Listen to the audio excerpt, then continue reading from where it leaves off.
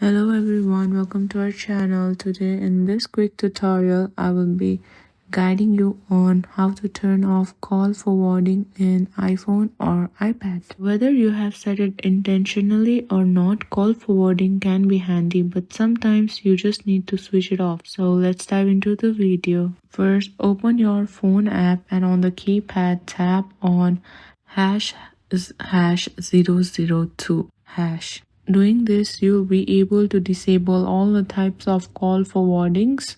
Now, in some cases, this might not work. So in case if this does not work, the another solution is to launch your settings app, scroll down and search for phone. After this, tap on my number and then just set it to blank and tap on save.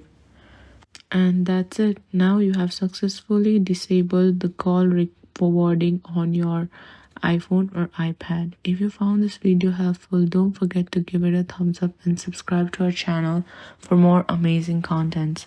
Thank you for watching.